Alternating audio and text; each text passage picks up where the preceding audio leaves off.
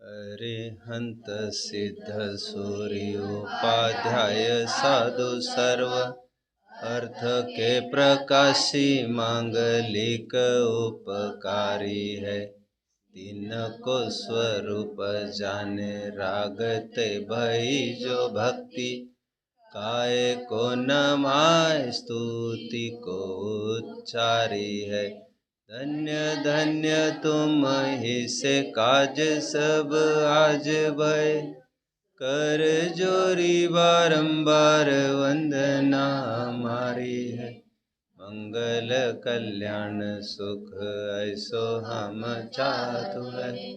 ओ मेरी ऐसी दशा जैसी तुम धारी है।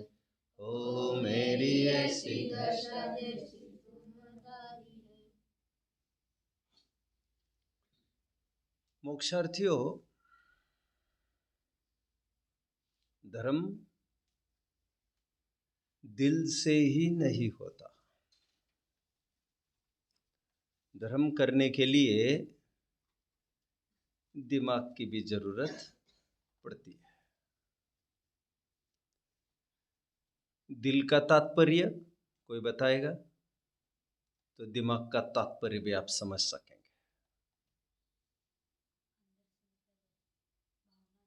एक गुण बताइए। दिल के लिए गुण चाहिए और दिमाग के लिए गुण चाहिए। धर्म केवल श्रद्धा के बल पर ही नहीं चलता। धर्म के लिए ज्ञान की भी जरूरत पड़ती है। मैं दिल को श्रद्धा के स्थान पर रख रहा हूँ और दिमाग को ज्ञान के स्थान पर रख रहा हूँ। जैसे लोक में प्रचलित है कि इनके प्रतिनिधित्व ये करते हैं। लोक की मैं बात कर रहा हूँ। श्रद्धा की एक खासियत है जो ज्ञान में नहीं है और ज्ञान की एक खासियत है जो श्रद्धा में नहीं। श्रद्धा किसी चीज में एक बार एकत्व कर ले तो फिर छोड़ती नहीं है उसे। छोड़ती नहीं। फिजिकली दूरी भले ही हो जाए लेकिन वो पैशन बना रहता है, अटैचमेंट बना रहता है। मुझे याद आ रही है घोरपड म्हणतात ना, घोरपड यू ऑल नो। इंग्लिश में आई थिंक इसे जंगली लिजार्ड कहेंगे, आई एम नॉट वेरी श्योर इसे इंग्लिश में क्या कहते हैं। तानाजी मालुसरे ने एक पाल रखी थी अपने पास। नाम उसका भी नाम था यशवंती। यशवंती नाम था। Did you not know? पता नहीं था आपको ये? उस घोरपड़ का नाम यशवंती था, पाल रखा था। और उसके बल पर Kondana, I think right, Kondana की पूरी चढ़ाई पिछले दरवाजे से केवल उसके आधार से की थी। इतनी चिपक कर बैठती है वो, उसके बल पर सेना चढ़ सकती है ऊपर। वो छोड़ती नहीं है अपने क्लचेस को। कोई छाठी दे तो ही बात अलग है। श्रद्धा अपने क्लचेस को, अपनी पकड़ को इतनी गाढ़ा करती है, प्राण अलग हो जाए श्रद्धा छोड़ती नहीं उसको। अटैचमेंट, धारणा। हालांकि धारणा को ज्ञान की तरफ भी ले सकते, बट अभी मुझे क्या कहना है आप समझ सकते हो। मैं आस्था की तरफ से बात कर रहा हूं। श्रद्धा को चाहिए मोक्ष, अब भी चाहिए और पूरा चाहिए। श्रद्धा थोड़ी सी भावना प्रधान होती है, कभी कभी भावुक भी हो जाती है, बट ज्ञान स्थिति परिस्थिति को समझकर कमी वेशी करता रहता है।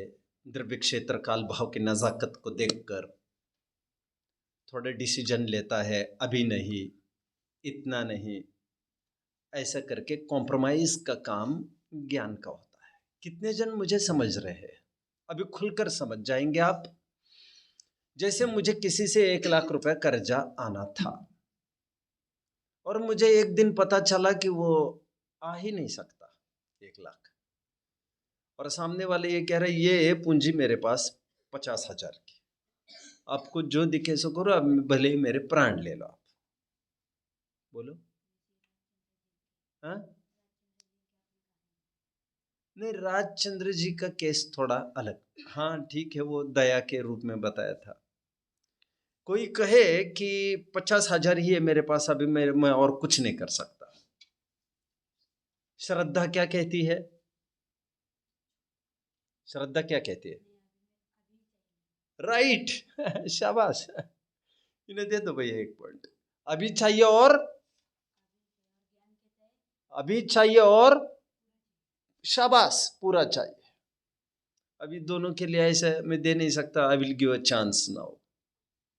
अभी चाहिए और पूरा चाहिए, बट ज्ञान समझदारी की सोचता है, वो समझ सोच का काम ज्ञान के ही पास है, और वो सोचता है चलो जितना मिलता है, अभी नीति ये कहती है चलो जितना मिलता है ले लो, मरे चुटको, something is better than nothing. सब जाता देख आधा लीजिए बाट, एक नीति। क्या नीति है? सब जाता देख आधा लीजिए बाट।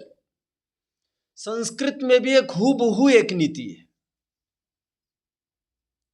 सर्वनाशे समुत्पन्ने ह्यर्धम त्यजति पंडितः। ह्यर्धम त्यजति पंडितः। अर्धेन कुरुते कार्यम सर्वनाशो ही दुस्सह। ये नीति ये कहती है सर्वनाशे समुत्पन्ने, सर्वनाश की स्थिति उत्पन्न हो जाए, ह्यर्धम, ह्यर्धम मतलब ही अर्धम संधि होगी, ह्यर्धम त्यजति पंडित। समझदार लोग आधे को गौण कर देते हैं, छोड़ देते हैं, कॉम्प्रोमाइज करते, उस पर पानी फेर देते हैं। अर्धेन कुरुते कार्यम सर्वनाशो ही दुस्सह। समस्त नाश होना तो बर्दाश्त नहीं है, तो आधे से काम निकाल लेते। मैं एक शानदार सिद्धांत आपके सामने रखने जा रहा हूं, शांति से सुनना। लक्ष्य क्या है तुम्हारा हमारा? श्रद्धा क्या कहती है? कषाय का, बात को पूरी करिए, कषाय का अभाव करना, पूर्ण कषाय को मिटाना है। और कब? अब भी मोक्ष जाना, अब भी लेकर रहूंगा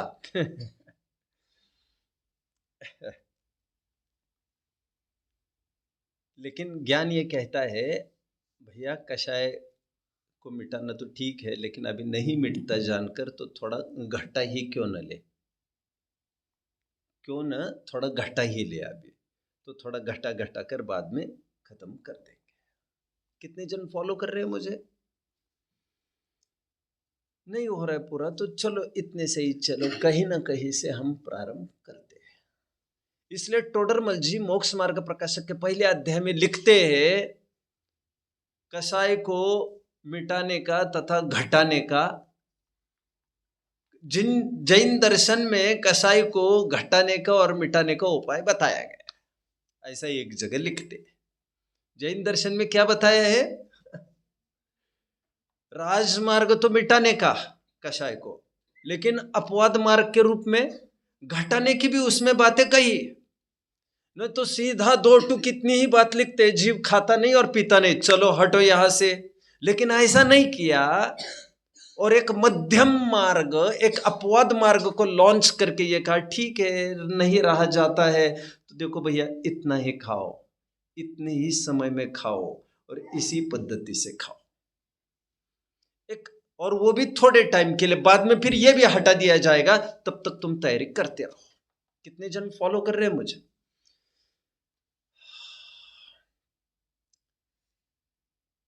कषाय को, पाप को सर्वथा मिटाना है, कषाय को भी सर्वथा मिटाना है, परंतु कभी कभी जैन दर्शन में पाप को मिटाने के लिए थोड़ी कषाय को भी पैदा कराया जाता है। अभी कितनी बड़ी बात लग रही है, कषाय पैदा कराई जाती है बोल रहे हैं। मैंने आपको कभी पहले भी बताया था कि जिन्हें जो चेन स्मोकर्स होते हैं, स्मोकिंग की लत लग जाती है, एडिक्शन होता है, जिसके बिना उनको बेचैनी हो उठती है, छोड़ नहीं सकते हैं वे, उन्हें कुछ कैंप्स होते हैं उनके, मैंने बताया था उन कैंप्स में वो छुड़ाते हैं। वहाँ पर भी सिगरेट्स तो रखते हैं पीने के लिए, सामने ही रखते हैं, और दावा क्या है उनका, हम छुड़ा देंगे। लेकिन वो सिगरेट्स किस चीज़ की है, मैंने आपको बताया था अजवाइन की। किसकी? उसमें टोबैको, टैनिन वाली टोबैको नहीं रहती है, व्यसन नशा हुआ ऐसा कुछ नहीं रहता उसमें, अजवाइन रहती है, अजवाइन। और अजवाइन का धुआं जाए तो ऐसा रिस्क तो कुछ भी नहीं है उसमें, एडिक्शन की भी कोई खास बात नहीं है। कितने जन समझ रहे हैं? ऐसे कैंप्स होते हैं। तो जब जब भी उसे लगेगा थोड़ा सा, उसको अंदर से ऐसा एडिक्शन होने लग जाएगा, उसे डिस्परेट होने लग जाएगा, वो कि तो कोई बात नहीं, ले लो ले लो, और वो बहु ऐसी दिखती है अंदर का थोड़ा, और टेस्ट तो अलग है, उसको तुरंत समझ में आता है, लेकिन अभी मरता क्या ना करता, उसके पास यही साधन है, तो अजवाइन की लेता रहता। तो थोड़ा धुएं की जिनको आदत लग गई है तो वो थोड़ा बहुत काम कर जाता है और नुकसान भी नहीं होता। कोई ये सोच सकता है भैया फिर इसकी लत लग जाएगी ना, इसकी लत लगती नहीं है, वो छूट जाएगा।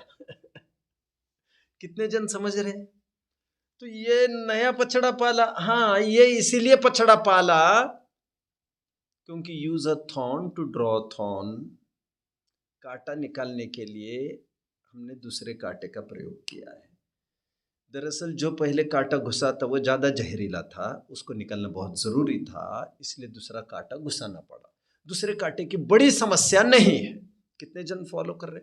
अब हूबहू टोडरमल जी बात कहते हैं, किसी को रात्रि भोजन के पाप से बचाना,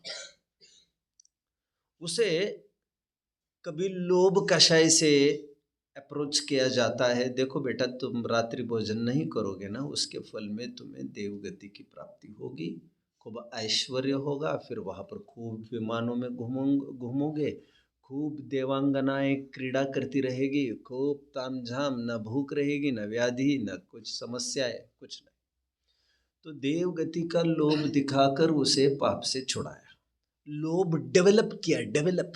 कितने जन समझ रहे हैं? दूसरी तरफ से नहीं मान रहे हो तुम अभी भी, उसे नरक की दुर्गति का भय दिखाया। अभी भय डेवलप कराया मतलब क्या कराया? वहां पर भी कषाय पैदा कराई है, लेकिन वो क्यों पैदा कराई है? वो बड़ा पाप छुड़ाने के लिए, तो ऐसा आलम्बन लिया जाता है। इसीलिए जिनवानी में भय को पैदा कराया गया है। इसीलिए भय का होना जरूरी हो जाता है साधक अवस्था में, और इसीलिए सम्यक दृष्टियों का एक गुण है भयभीत बने रहना। बड़ा अचंबा लगेगा आपको, दर्शन विशुद्धि भावना में मैं बताया जा रहा था कि शंका कांक्षा आदि दोष नहीं होते हैं। शंका का अर्थ में भय किए जा रहा था, भयभीत नहीं होने की बात कर रहा था, वहां पर सब तो भयों से नहीं डरेंगे की बात कर रहा था। और आज मैं ये कह रहा हूं तुम्हें डरना जरूरी है, डरना जरूरी है आपको। भय पैदा कराया, और निरंतर सम्यक दृष्टि के निरंतर ये भावना बनी रहती है कि यह भय मुझे बना रहे। इसे कहते हैं संवेग भावना। संवेग का अर्थ मैंने सिंपली भय ऐसा किया है। जैसे मैं अंदर अंदर उतरूंगा, आपको विस्तृत विवेचना तो मैं इसकी कर ही दूंगा, बट अभी मैंने इतना ही कहा भैया थोड़ा डरना जरूरी है। पेज 280 मोक्ष मार्ग प्रकाशक आपने खोला होगा ही। एक चीज पढ़ लेते हैं पहले उसमें से, फिर मैं आगे बात करूंगा। कितने जन है 280 पेज पर? शाबाश शाबाश शाबाश। तथा चरणान योग में कितने जन को प्राप्त हो रहा है? तथा चरणान योग में कषाई जीवों को कषाय उत्पन्न करके भी, बस बस बस बस इनफ। तथा चरणान योग में कषाय जीवों को कषाय उत्पन्न करके भी पाप को छुड़ाते हैं। ये वही बात है जो मैं अभी तक कह रहा था। कितने जन मुझे फॉलो कर रहे हैं? और धर्म में लगाते हैं। और क्या करते हैं? धर्म में लगाते। जैसे पाप का फल नरक आदि के दुख दिखाकर उनको भय कषाय उत्पन्न करके पाप कार्य छुड़वाते हैं। मेरा इस लाइन की तरफ संकेत है। क्या कराते हैं? भय कषाय उत्पन्न करके पाप कार्य छुड़वाते हैं। बोलो भैया, डरना अच्छा है कि खराब है? बोलो। अभी तो वही अपेक्षा चल रही है। डरना तो बहुत जरूरी है। और साधक अवस्था में सम्यक दृष्टि निरंतर भयभीत रहता है। भयभीत। अभी प्रश्न ये उत्पन्न होता है, लेकिन भय किससे? किससे? मैं एक मंगलाचरण निरंतर बोलता रहा हूं, मैं याद दिलाता हूं आपको। कषाय की उपशांतता मात्र मोक्ष अभिलाष, भव भीरु प्राणी दया ये आत्मार्थ निवास। आत्मसिद्धि शास्त्र का है। आत्मसिद्धि शास्त्र किसके द्वारा लिखा गया है? श्रीमद् राजचंद्र जी द्वारा लिखा गया एक सुंदर ग्रंथ है ये आत्मसिद्धि, जो आई थिंक 144 छंदों में निबद्ध है, गुजराती। हिंदी अनुवाद भी उसका हुआ है, जो मैंने अभी अभी बोल के दिखाया। श्रीमद जी ये बोल रहे हैं, आत्मार्थता कहाँ प्रवेश करती है, सम्यक दर्शन की क्या पात्रता होना चाहिए। तो वे ये कहते हैं कषाय की उपशांतता चाहिए, मंद कषाय चाहिए। अभिलाषा के नाम पर मात्र मोक्ष की अभिलाषा चाहिए। और आगे तीसरा पॉइंट क्या लिख रहे हैं? भव भीरु। तो भय तो चाहिए। किसके प्रति भय चाहिए? संसार, चतुर्गति, पाप से तो डर चाहिए उसे, पाप से डर चाहिए। दरअसल हम विद्वानों को भी डरते हैं, माता पिता को भी डरते हैं, डरना तो चाहिए ही। वो दरअसल डर किस संबंध में है? वो डर किस संबंध में है? वो डर पाप संबंधी है, वो डर चतुर्गति संबंधी है। और हम जानते हैं उनके सामने हम ऐसा करेंगे तो ये तो टोक देंगे, क्योंकि ये खराब काम है। उसमें भी छिपी भय उस खराब चीज संबंधी है, इसलिए बड़ों को डरना जरूरी है। टोडरमल जी अन्यत्र भी लिखते हैं, हमें जिन आज्ञा को भंग करने का बड़ा भय है। टोडरमल जी भी डरते हैं। देखो, जो मरण से भी नहीं डर रहे हैं, वो किस चीज से डर रहे हैं? हमें जिन आज्ञा को भंग करने का बड़ा भय है।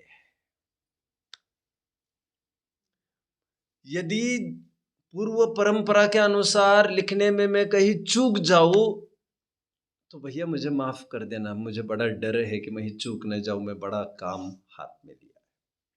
टोडरमल जी 20 नंबर पेज पर भी यही कहते पाए जा रहे हैं, अधिक क्या जिस संसार से तीर्थंकर जैसे जीव भी भयभीत हो गए और तुम्हें भय नहीं लगता, तो तू तो धीट है, तेरा चित्त बड़ा दुष्ट है, दुष्ट चित्त वाला है तू। और जिस संसार से तीर्थंकर आदि जीव भी भयभीत हुए और तुम्हें भय नहीं लगता, तो तू तो सचमुच बहुत बड़ा सुभट है भैया।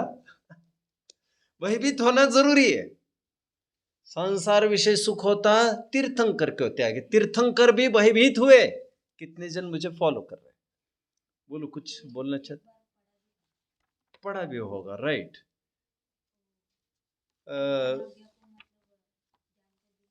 हमने कई दफे पढ़ा तो है, क्योंकि मोक्ष मार्ग प्रकाशक कुछ विशेष आप ही के बीच में चला था, तो ये कुछ सेशन आपके बीच में तो चले होंगे। पेज नंबर 2020 देखो, पढ़ते हैं बच्चों। स्वाधीन उपदेश दाता गुरु का योग मिलने पर भी जो जीव धर्म वचनों को नहीं सुनते वे धीठ है, उनका दुष्ट चित्त है, अथवा जिस संसार भय से तीर्थंकर आदि डरे। किससे डरते तीर्थंकर? उपसर्ग से। कमट जो पत्थर बरसा रहे उससे डर रहे हैं? ना ना ना, हमसे कहीं कशा ना हो जाए इसलिए डर रहे हैं। तीर्थंकर आदि डरे, उस संसार भय से रहित है, वे बड़े सुवट है। आपको एक इंटरेस्टिंग बात बता देता हूं, कभी बताई भी होगी। चक्रवर्ती कैसे उठते हैं आप जानते हैं? कैसी अजीब कल्पना है। आपका भी अलार्म ऐसा सेट होना चाहिए। वर्धते भयम, वर्धते भयम, वर्धते भयम, ऐसी ध्वनियां होती है। और फिर चक्रवर्ती उठते हैं। शायद रत्नाकर कवि ने जो भरतेश वैभव लिखा है, शायद उसमें यह वर्णन है। भरत चक्रवर्ती कैसे उठते थे? ध्वनियां होती थी जोर जोर से। किस चीज की? क्या बोला जाता था? वर्धते भयम, वर्धते भयम, वर्धते भयम। हड़बड़ा कर उठ जाते। ओ मेरा टाइम किसमें जा रहा है? कहीं आयु इस निद्रा में ही बंध गई, सब तो गए। कहीं गॉसिपिंग करते समय, विकथा करते समय हम बैठे किसी के साथ बातें करते हुए, विकथाएं करते हुए, और उसी में आयु बंध गई तो गए। ओ भैया टाइम चला गया, टाइम चला गया, बातें करने में, चलो चलो चलो चलो, भक्ति करना है, पाठ करना है, अभी स्वाध्याय का समय हो गया है, बस बस बस। ऐसा भय लगना चाहिए। समयम गोयम मां पमाये। पहली शिक्षा गौतम को क्या दी महावीर ने? ग्रंथों में आया, इसी श्वेतांबर ग्रंथ में। महावीर ने गौतम गणधर को पहली शिक्षा ये दी, गोयम समयम, समयम गोयम मां पमाये। हे गौतम, एक समय भी प्रमाद नहीं करना चाहिए। परमात्मा प्रकाश में यहां तक लिखा है, हमें प्रतिपल ऐसा महसूस होना चाहिए कि हमारे सिर पर मौत की लटकती हुई तलवार है। काल कुदाल लिए सिर ठाड़ो, भजन है एक बच्चों। क्या है? काल कुदाल लिए सिर ठाड़ो। आप कुछ पूछ रहे थे अभी? हा? क्या क्या रिपीट करना है? हमें प्रतिपल डर लगना चाहिए समय की बर्बादी होती देखकर। एक सर, शायद रामचरितमानस की एक लाइन है, आपने सुनी होगी, भय बिन प्रीत न होत गोसाई। सुना है किसी ने? नहीं सुना। भय बिन प्रीत न होत गोसाई। गोसाई मतलब गोस्वामी। तुलसीदास को गोस्वामी कहते थे। और गोसाई का एक अर्थ भगवान होता है। भय बिन प्रीत न होत गोसाई मतलब क्या कहना चाह रहे? बोलो।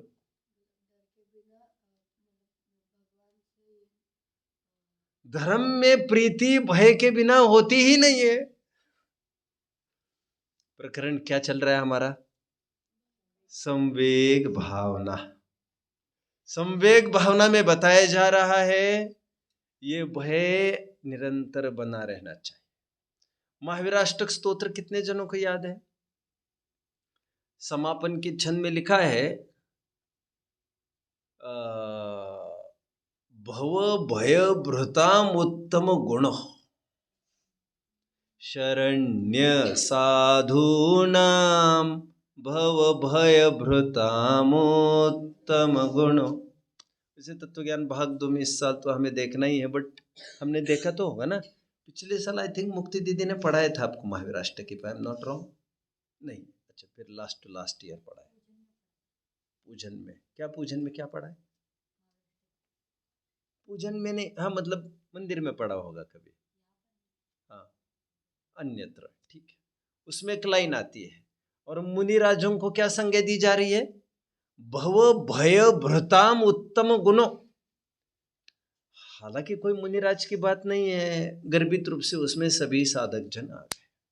शरण्य साधूनाम, हे महावीर भगवान आप शरणभूत हो। किन्हें? साधुओं को। यहां पर सज्जनों को, ज्ञानियों को। कैसे है वे सज्जन ज्ञानी? भव भय भृताम उत्तम गुणों, जो भय भव से भयभीत बने रहते हैं।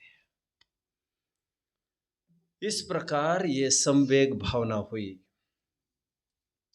अंतिम और एक छंद कहूंगा, I think it is in Bhudhar Shatak में। काहू के घर पुत्र जायो, काहू के वियोग आयो, काहू रोवा रोई, काहू राग रंग, काहू रोवा रोई परी है।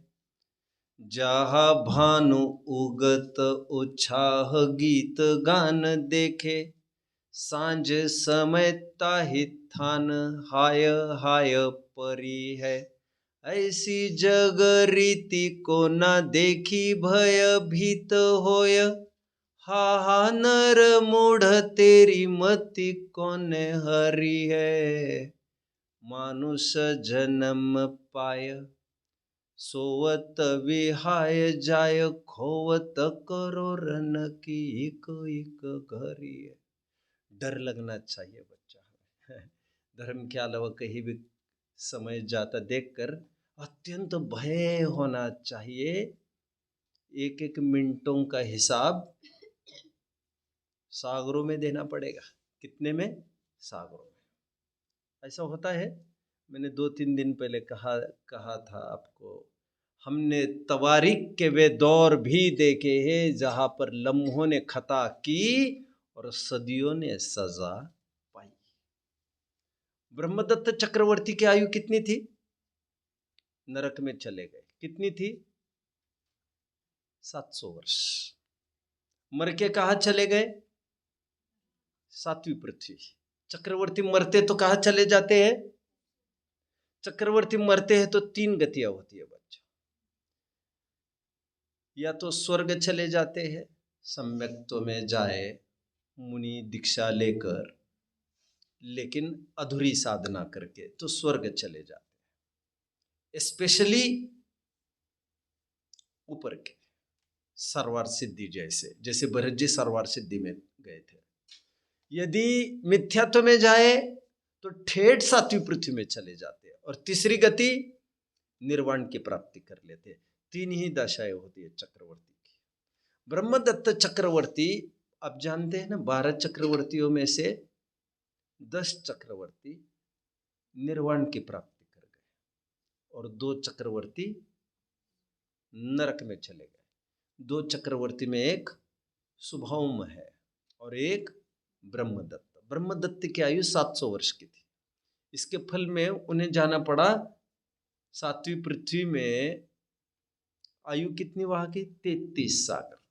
अभी यदि आप गणित लगाएंगे, क्रॉस मल्टीप्लिकेशन, 700 वर्ष के लिए 33 सागर, तो 1 वर्ष के लिए कितना, 1 मिनट के लिए कितना, और 1 सेकंड के लिए कितना। तो आप ये पाएंगे एक सेकंड के बदले में अनंत काल जाएगा, अनंत काल। तो हमें डर तो लगना ही चाहिए। ये हो गई बात संवेग भावना की। बट मैं अभी थोड़ी विस्तृत बात आपको बताऊंगा। निश्चय व्यवहार की भी मैं अभी बात करूंगा और फिर और कुछ बिंदु खोलूंगा। ऊपर लिखेंगे आप संवेग, उसके दो ब्रांचेस करेंगे आप। अगेन निश्चय और व्यवहार। निश्चय संवेग क्या है? संवेग भली भांति अपने ज्ञान श्रद्धा रूप पर्याय को गति देना, आत्मसन्मुख करना, दैट इज संवेग। इस प्रसंग में संवेग का अर्थ शुद्ध उपयोग अथवा शुद्ध भाव,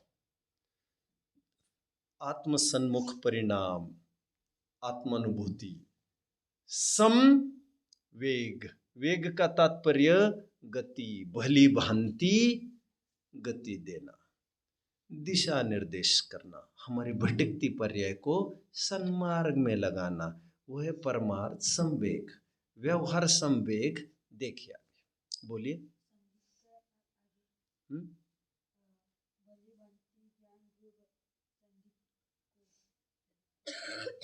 काफी अर्थ कहे, लगा लीजिए ना, मैंने बहुत सारे अर्थ किए। व्यवहार संवेग में आपको अभी कई चीजें लिखनी है। पहले तो क्या लिखेंगे आप? ऐसे लिखिए, संसार शरीर भोगों के प्रति भयभीत होना। पॉइंट 2, संसार शरीर भोगों के प्रति विरक्त होना। एंड पॉइंट 3, ये दोनों नास्तिपरक कहे। अभी अस्तिपरक भी एक लिखना चाहिए। अस्तिपरक धर्मी धर्मायतनों के प्रति अथवा धर्मी धर्मायतनों के प्रति अनुराग होना।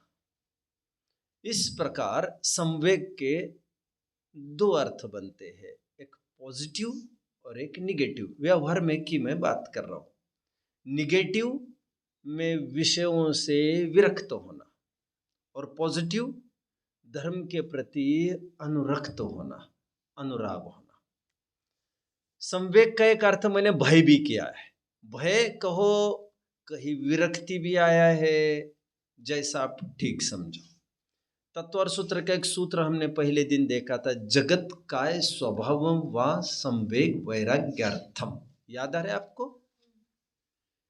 संवेग वहां पर भी आया था, 6वें अध्याय का 12वां सूत्र। संवेग का अर्थ क्या कह रहा था मैं वहां पर? भय। थोड़े दिन पहले संवेगादिक चित्त पागो 6 ढालक में लाइन समझा रहा था।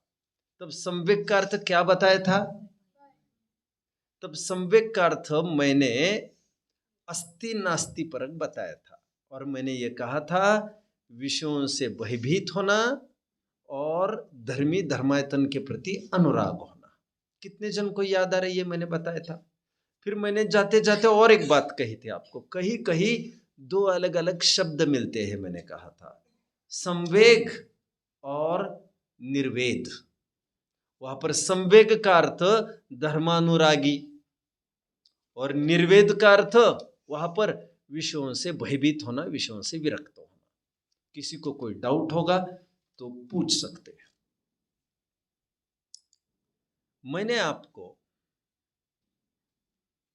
ये याद रखने के लिए एक घटना भी बताई थी, एक चीज बताई थी, आपको याद आ रहा होगा। मैंने कहा था एक विद्वान रहते थे छिंदवाड़ा में, ब्रह्मचर्य से रहे। वो धवल जी उनको कहते थे। क्या कहते थे उन्हें? धवल जी। धवल समझ लो, आदर से कह रहे इसलिए धवल जी। धवल उनका नाम था, बट वे लिखते थे संवेगी धवल। क्या लिखते थे? कहीं भी वे ऐसा लिखते थे। उपाधि जैसे दी जाती है ना, तो व्हाट इज संवेगी?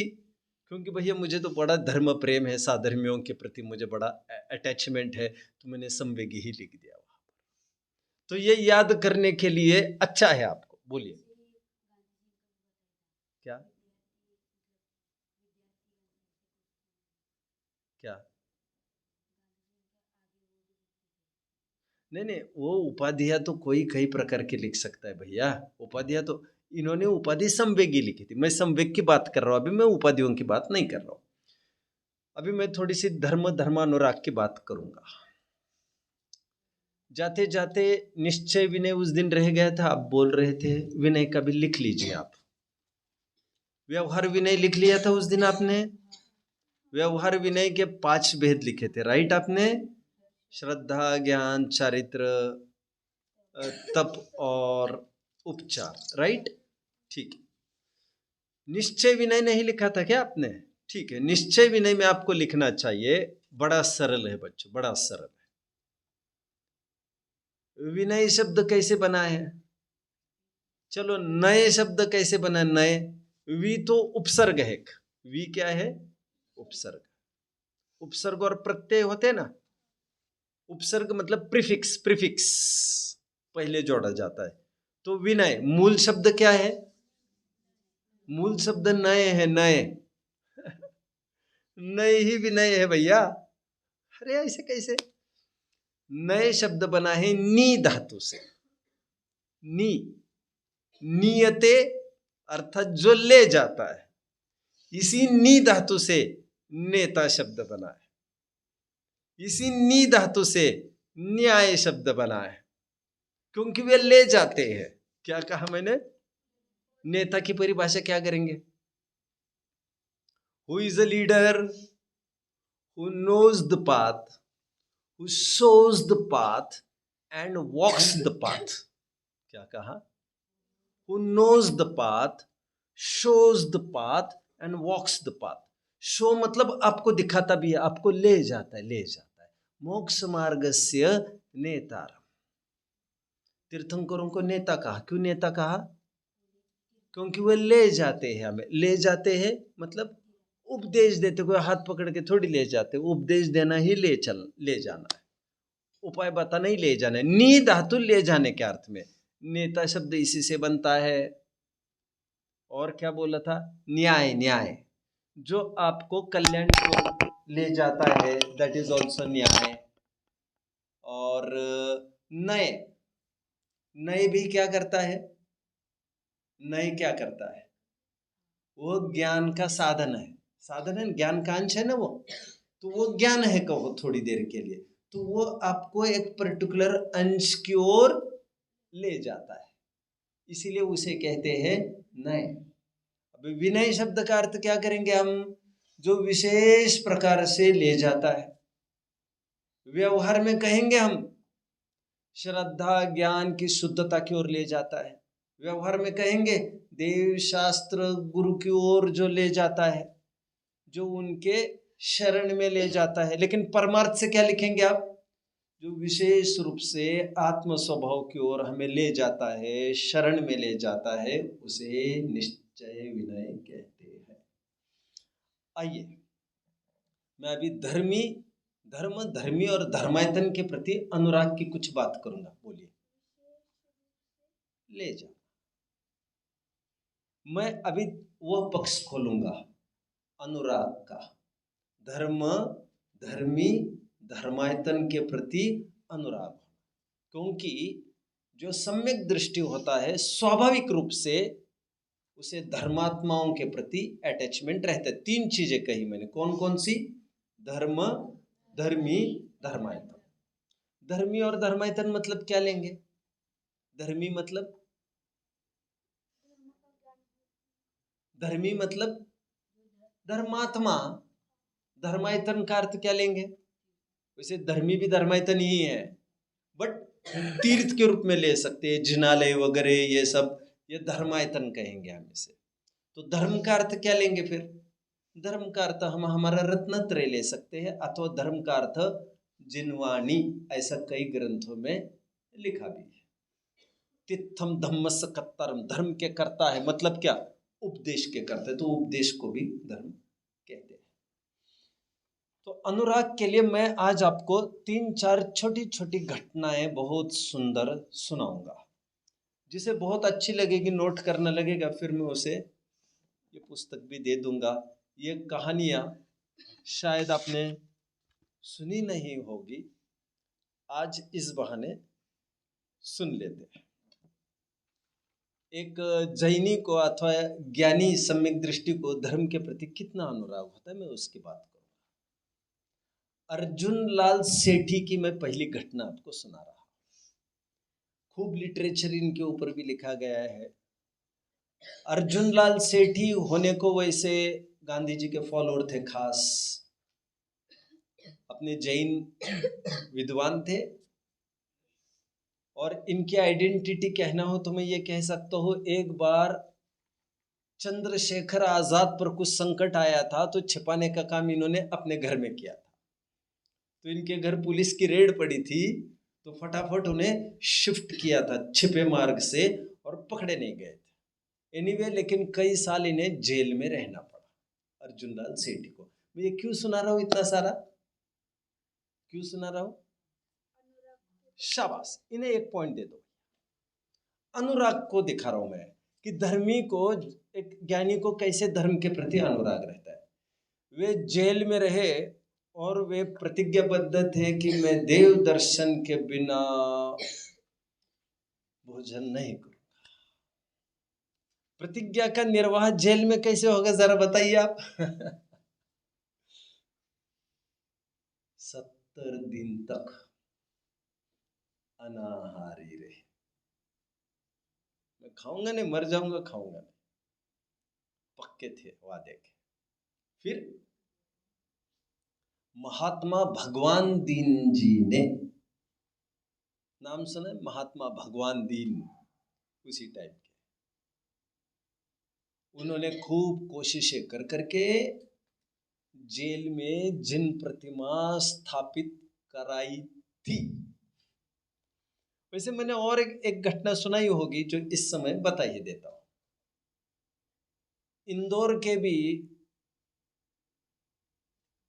मिश्री लाल गंगवाल हुए, if I am not wrong, और मैं नाम भूल रहा हूँ गोदिका जी का, गोदिका भी एक हुए, नाम भूल रहा हूँ मैं अभी इनिशियल उनका।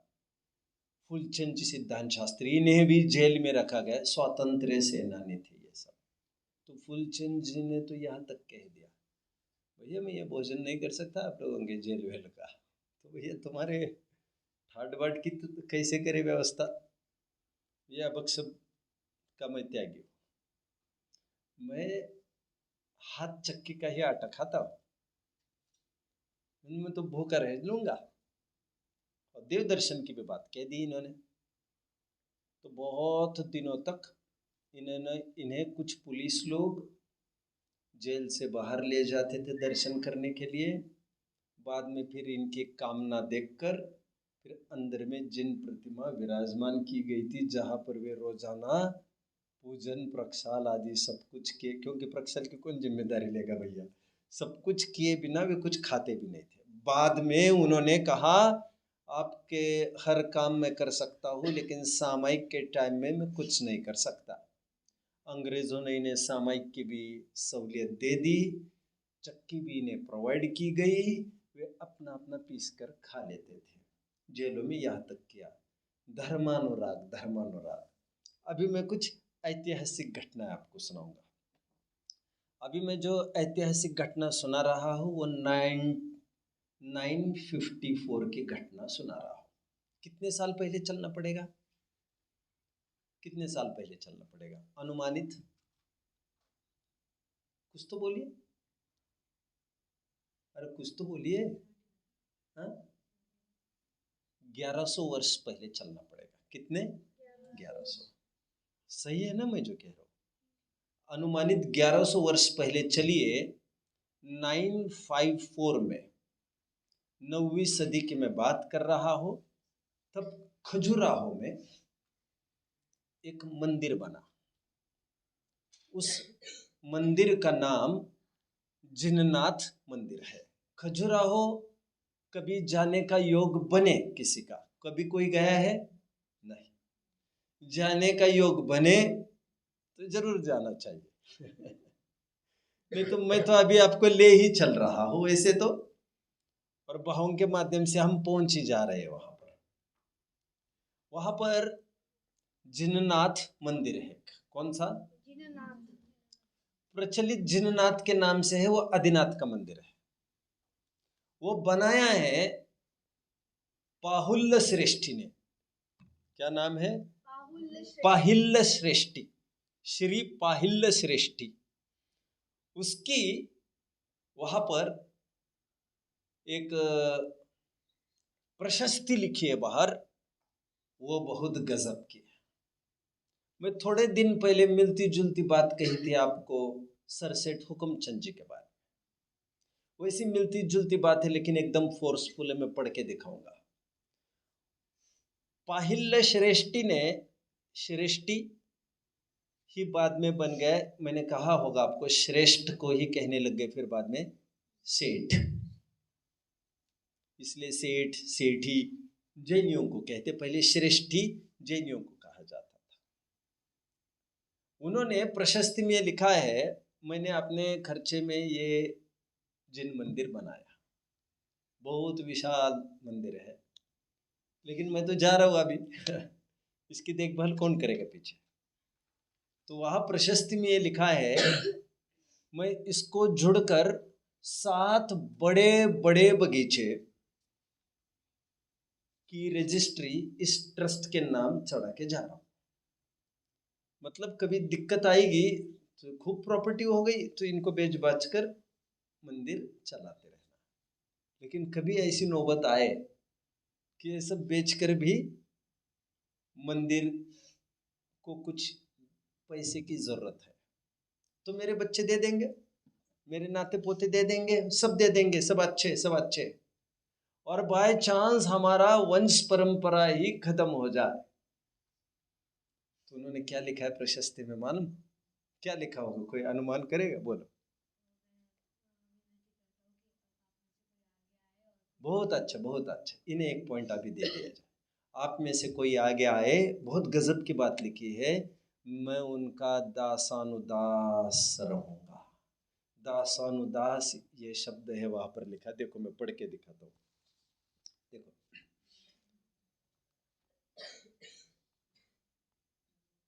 इस जिननाथ मंदिर का निर्माण कराया था तथा इसकी सुरक्षा, पूजा पाठ आदि पुनीत कार्यों के लिए 7 वाटिकाएं दान में दिए थे, जिससे जिननाथ मंदिर के सुसंचालन में किसी तरह की बाधा न आवे। ये जिन्हें चाहिए, ये बड़ी दुर्लभ पुस्तक है ये, जैन इतिहास के प्रेरक व्यक्तित्व कुंदन लाल जैन। ये भाग 1, मेरे पास सभी भाग है, ये आपने मुश्किलें कहीं देखी होगी, जनरली देखने में नहीं आती। पुनीत कार्यों के लिए 7 वाटिकाएं दान में दिए थे जिससे जिननाथ मंदिर के सुसंचालन में किसी तरह की बाधा न आवे। साथ ही विनम्र निवेदन किया कि मेरे तथा मेरे वंश के नष्ट हो जाने के बाद जो भी भव्य पुरुष इस मंदिर की देखभाल तथा साज संभार कर इसकी सुरक्षा करता रहेगा, उसका यह पाहिल्य श्रेष्ठी युगो युगो तक दासों का दास बना रहेगा। क्योंकि इस चीज को जानते हैं, कोई चीज को खड़ी करना तो बड़ी सरल है, मेंटेन करना बड़ा मुश्किल है।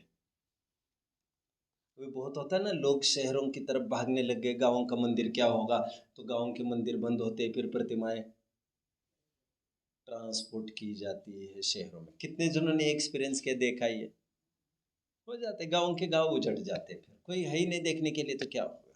चलिए, तो 1154 में, मतलब 200 साल बाद, 1154 नॉट एग्जैक्टली 1154, ये लगभग 1150 के आसपास, मतलब ठीक 200 साल बाद इन्हीं की वंश परंपरा में और एक जन ने वहीं पर इर्द गिर्द में ही और एक जिनालय निर्माण किया, संभवनाथ जिनालय, अकेले व्यक्ति ने। बट मैंने अभी जो विशेष ध्यान आपका आकर्षित किया वो उसकी तरफ नहीं कि मंदिर बना, किसकी तरफ आकर्षित किया? प्रशस्ति प्रशस्ति, भावना भावना, धर्मानुराग। और मैं और एक नई अच्छी बात आपको बताऊंगा, and with this I will end the topic. Shravanabelagola कितने जन गए हैं आज तक? 2 जन गए। कोई बात नहीं, गए तो मैं भी नहीं हूँ, कोई बात नहीं, मैं भी चर्चा ही कर रहा हूँ बस आप लोगों से। ग्रंथ ऐसी चीज है जिसके माध्यम से आप सब जगह जा सकते हैं और बराबर आनंद ले सकते हैं। अरे क्या बात करते हो, ऐसा नहीं होता तो हम नंदीश्वर वगैरह ये थोड़ी जा सकते हैं सब जगह, और सभी अकृत्रिम चैत्यालयों की सैर यही बैठकर हो जाती है बाहों से। चलिए मैं ले चलता हूँ आपको। कितने जन तैयार है शिखर जी आने के लिए? अब इसमें कोई टिकट नहीं लगना, कोई अबक्ष बक्शन नहीं होगा, और ना ही कोई जाने आने का कोई हिंसा भी होगी। उस प्रतिमा को क्या कहते हैं बच्चों? जो प्रतिमा विराजमान है वहां, क्या कहते हैं उसे? किसकी प्रतिमा है वो? एक विशिष्ट शब्द बोलो। अरे क्या, गोमटेश्वर। क्या कहते हैं? अच्छा, किसी ने कभी सोचा उसे गोमटेश्वर क्यों कहते हैं? मैं आज बताता हूँ आपको, मैं आज बताता हूँ। लगभग आज तक यह सुना था, इसे बनाया राजमल राजा राज करते थे, और उनके सेनापति थे चामुंड राय। कौन थे? लगभग ये सुनते थे, और उनका घरेलू नाम गोमट था। तो उसकी प्रेरणा से खड़ी हुई ये प्रतिमा है, बाहुबली जी की पहाड़ों में ही उत्कीर्ण। फोटो तो देखी होगी सब। अजूबों में भी इसे लेने की बात चल रही है। तो चामुंड राय की प्रेरणा से बनी, चामुंड राय का घरेलू नाम गोमट था, इसलिए उसे गोमटेश्वर की प्रतिमा कहते हैं, ऐसा सुना है। बट ऐसा नहीं है। गोमट का अर्थ क्या होता है? घर में कौन कहता है अरे गोमटिया इकड़े ये? कौन कहता है? किसी के घर कोई कहता है गोमटिया? नहीं कहता है किसी के घर। अरे तुम तो लोग तो घर पर तो मराठी बोलते होंगे ना आप लोग। हम तो फिर भी मराठी नहीं बोलते हैं। मराठी कौन कौन बोलता है घर पर? सभी जन मराठी भाषी। गोमटे गोमटे नहीं सुना है आप लोगों ने? ऐसे कैसे हो गया? और मुझे तक जब मैं छोटा था, तो मेरे मौसा जी थे एक, अहमदनगर के, वे मुझे गोमटू गोमटू ही कहते थे जब छोटा था। तो महाराष्ट्र में तो बहुत प्रचलित है, बट ये मूल शब्द कन्नड़ का है। गोमट मतलब होता है, गोमट मतलब होता है बहुत सुंदर, मीठा मीठा। फळे रसाळ गोमटी, क्या है वो कहावत? कहावत सुनी है किसी ने? हाँ, शुद्ध बीजा पोटी, फळे रसाळ गोमटी। आहा, मजा मजा।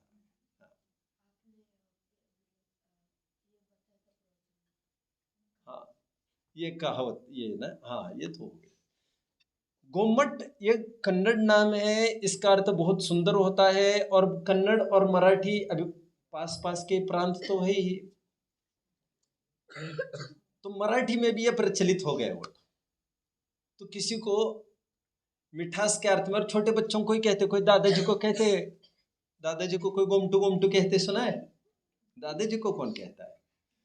दादाजी पोतों को नातों को जरूर कहते हैं, हाँ या ना? तो बहुत सुंदर को कहते हैं गोमट। और बाहुबली जी थे बहुत सुंदर, क्योंकि वे थे, जैसे मैंने कल बताया था, 24 कामदेव में से कामदेव थे वे, इसीलिए उन्हें कहते हैं गोमटेश्वर। अब उस न्याय से 24 गोमट हुए हैं। कितने जन समझ रहे मेरी बात? चलो, मैं तो आज कुछ कहानी सुनाने वाला हूँ आपको, बहुत छोटी सी, जो 2-3 मिनट में सेटल हो सकती है शायद। सबने सुनी है ये कथा कि एक वो चामुंड राय का नाम कितने जन ने सुना है? चामुंड राय की प्रतिमाएं भी है साउथ में, कि उन्होंने, उनकी प्रेरणा से ये बनी। लेकिन एक नाम तो किसी ने सुना ही नहीं होगा। वो शिल्पी, वो स्कल्प्टर जिसने वो बनाया, उसका नाम था ब्रह्मदेव। त्यागद ब्रह्मदेव। नाम नहीं भूलोगे आप। क्या नाम बताया? त्यागद ब्रह्मदेव। इसी को कन्नड़ में करते हैं तो क्या बनता है? चागद ब्रह्मदेव। क्या बना? हाँ, if I am not wrong, let me confirm, right?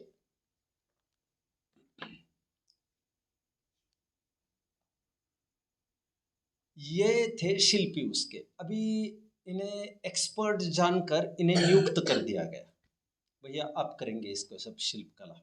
Done हो गया और डील ये तय हो गई पहले दिन कि जितना एक्सट्रैक्ट आप अलग करोगे उतना तोलकर हम सोना देंगे।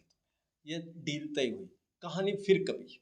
कितने जन समझ रहे मेरी बात को? क्योंकि पहाड़ को ऊपर ऊपर का पार्ट हटाना था, सोना ही सोना। पहले दिन जब शाम को उसने पूरी मेहनत की उस शिल्पी ने, तो उसी दिन वो एक तरफ तराजू में रखा गया और सोना दे दिया गया, ले लो सोना। वो निकला, घर की तरफ गया, शाम हो गई थी। जैसे वो घर पर गया, उसकी माँ ने, जरूर माँ का भी नाम आया तो होगा, उसकी माँ ने, ब्रह्मदेव की माँ ने उसे बहुत डांटा। ये कहकर तुम इतना अच्छा काम करने जा रहे हो, तुमने मेहनताना लिया इसका? ये तो भावनाओं से काम होते हैं। और उसे भी घर आते आते बड़ी असहजता हो गई, उसे भी स्वास्थ्य भी उसका विपरीत होने लग गया, मानसिकता भी विपरीत होने लग गई। दूसरे दिन सुबह सुबह पहुंचा और पैरों में रख दिया फिर से, सेनापति जी चामुंडराय के, मैं ये काम करूंगा लेकिन मैं साधना से ही करूंगा ये काम, इसके बदले में मैं कोई मेहनताना नहीं लूंगा। 12 साल वो काम करता रहा और उसने प्रतिज्ञा की, 12 साल तक उसने एकासन ही किया था, ब्रह्मचर्य का पालन किया था। इससे प्रभावित होकर चामुंडराय ने सोचा कि नहीं नहीं नहीं, यादगार के रूप में, इस गोमटेश्वर की यादगार के रूप में, गोमटेश्वर के निर्माता की भी यादगार बनी रहनी चाहिए। अभी देखो चामुंडराय की भी माननी पड़ेगी। अभी देखो पैसे लेते तो कितना बड़ा बनता वो आदमी, कितना क्या बनता, कौन याद करता उसे।